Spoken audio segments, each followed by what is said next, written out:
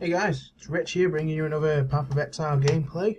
In this one I want to talk to you about choosing the best character class. I'm not going to make it specific for hardcore or softcore. I'm going to try and do it kind of covering both. I know there are different aspects. Obviously hardcore, you need more of them health nodes, you want to try and survive a lot longer. And you don't need quite as much DPS. So I'm going to start off with the Marauder. We'll go through a couple of pros and cons. And then I'll talk through my favourites and why I use them, that kind of thing. So the Marauder, you got quite high armour and there's lots of HP nodes, and it's kind of a tanky character, so you can take a lot of damage, you can get them resistances up high, use a decent kite shield, rings, that kind of thing. I know you can do that on any, but Marauder I feel goes quite well as a tank. So that's some good stuff there. I mean, you can go really high DPS on softcore, but I wouldn't advise it on hardcore because you're sacrificing quite a bit of health and armor. The cons are it's typically used close range, and this has some problems with desync. So I mean, there's been quite a few videos about the desync. So basically, your client is being out of sync with the game server. I believe that's correct, and this can, it refreshes every couple of seconds, I think, and sometimes you'll think you're hitting a monster where you're standing, but actually that monster's not there and you're clicking it somewhere else. So instead of attacking, you're walking to where the monster should be, and in that time you can still be getting hit and not know it. So there's a kind of brief overview of desync. The other disadvantage of it being close range is, when the enemies are quite spread out, you've got to jump from group to group, or dash between them, whatever. So it also, although you can go really high DPS with it, when you're in a group, that pure DPS is kind of overshadowed by sort of group effects. So lots of people using things like, like this poison arrow I'm using now, that covers quite a large area.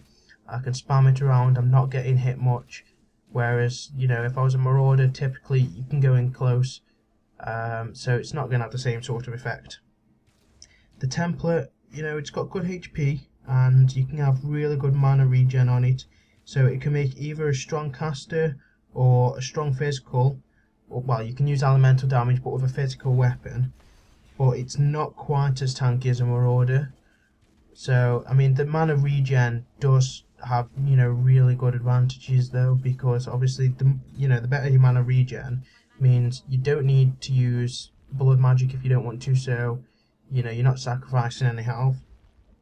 But Templar is a really good class. I played it quite a bit. I had a couple of Templar characters. I had one on hardcore that I played with Big J, but we were doing it together, so when his Marauder died, I killed my Templar. That sounds really stupid, I know, but we try and keep two characters at the same point and see how far we can get with both of them not dying. So it makes hardcore even harder, I suppose, although I've got someone to do it with if one of us goes down, so we've got to really try and support each other. It's just a little thing we do, just challenge ourselves a bit. Next we've got the Witch. In case you haven't noticed, I'm kind of going around them in order. So the Witch has got a great mana pool, and you can have really high energy shield through the high intelligence, and they do make a great summoner. They've got lots of good abilities, so you can make a really good summoner or just a general caster.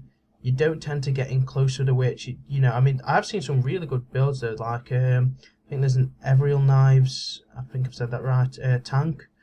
So using that for your damage, and then you can have a great tank with it as well, because you can have ridiculously high energy shield, and there's some other skills that can go really well with it. So that's always an option, because you can use, I believe, Chaos Inoculation. So if you don't put anything into health anyway, and then you use this, it drops your health to 1, but you have resistance to chaos, which means nothing's going to hit through that energy shield, so you can rely purely on that. So combine that with other skills and your gear and stuff like that, makes really great. The cons, it can be quite squishy, especially in low levels. When you haven't got that chaos inoculation, you really got to watch out for that damage, and generally just sort of keep your distance. I mean, if you're a summoner, it makes, your summon stuff makes good tanks anyway. They just run in front of you, and they can take the damage as long as you make sure you keep summoning, keeps them up so the attention isn't on you. Next up, as we go around, is the Shadow. Now typically, obviously it depends how you play, but typically it's known for its good crit rate, because you can use daggers which have a good crit chance. They've got lots of passives and stuff like that. It's also got pretty good energy shield and mana, because obviously it's kind of in between the Witch and the Ranger, so you've got that evade, but you've also got the intelligence that gives you the energy shield and the mana. Again, it depends how you use them. I'm just going for the kind of stereotypical, the way they're kind of planned. You can have really high DPS on it. It's also got some good damage over time skills that fit in well with the weapons it's typically used with. So things like Puncture and I think it's Venom Strike, they have really good damage over time. Downside is health can be pretty poor. Obviously, I know I keep saying it, but it depends what route you go. You can have pretty good defense on a Shadow, but typically, you know, if you're starting out and you don't 100% know what you're doing and you kind of follow the way you feel it's supposed to be played, you're not going to have that great health. The Ranger is, well, it's what I'm using now, as you can see in this video. I haven't recorded these at the same time because I'm trying to not use as many filler words. I know I keep saying a bit, but I'm trying to reduce that by reading what I've already written down, which means I can't look at the game and play, so I recorded them separately. It's just a little test to see how it goes. So the Ranger has really high DPS from a distance, so you don't have to get in close. And at the right level, with good gems and gear, you're going to have really high evade that can be turned into armor. The only issues I've had when I started using the Ranger and didn't know much about the game, which is what this guide's intended for, is mana regen. I'm using a lot of mana for these skills, which do pump out a lot of damage, but I'm running out of mana too quick and having to rely on my flasks. When you get to a higher level and you know what you're doing, you can use auras, good gear, stuff like that, but at lower level, it can be a bit of an issue. And the last one is the Duelist, which had a recent buff because everyone said it was a bit poo, basically. And I'd say it's probably the best class in terms of passives for dual wield, which, having two weapons, in terms of having like two swords. It's less preferred for hardcore because it's got less health nodes, but it can be a really good DPS. I have a Duelist that I made that I'm using as kind of a totem summoner. It's just a little experiment. I apologize for saying again. My favourite classes are probably the Marauder and the Ranger. The Ranger, I like the starting of the skill tree in terms of the skill, like the way that I play it, which you'll kind of see here, but it will be changing. I'm following a tree set by someone else and just seeing how it goes, because I want to get this one good, which is why I've got some pretty good gear for it, which I'll show you at the end. But in terms of starting out with nothing, starting from scratch on your own, I really enjoy the Marauder because it's got that high survivability. You can kind of get used to the game without dying constantly, and it just gives you time to adjust, adapt to the game, learn a bit about it without just constantly dying and getting annoyed with it. The Marauder is just a beast, and if you're on softcore and not worrying too much about health, you can also have a great fun with high DPS and some really fun skills like Leap Slam.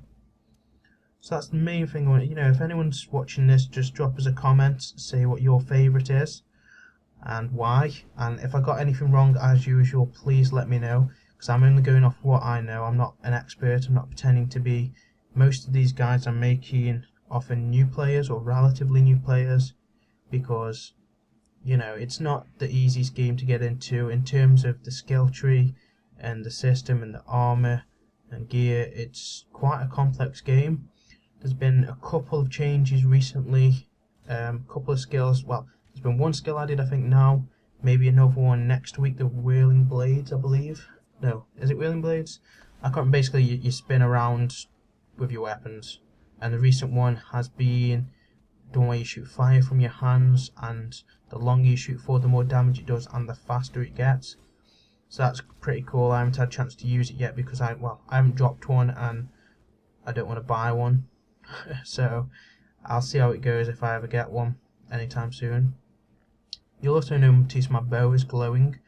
Because this is such a great game and it's free, I think it deserved a bit of money. Well, I know people have supported it a lot. I don't have loads of money, so I only bought like a $20 pack for now. But with that, I got a nice, I got some extra tabs for my stash because I was running out of space. I got this nice little frog that follows me around, and I got like I think it's lavender weapon effect that gives it this nice little glow. So it's just my way of kind of saying thank you for releasing such a great game for free. Because I mean, they don't ask for money. There's no sort of pay to win kind of thing that makes you kind of drawn into it.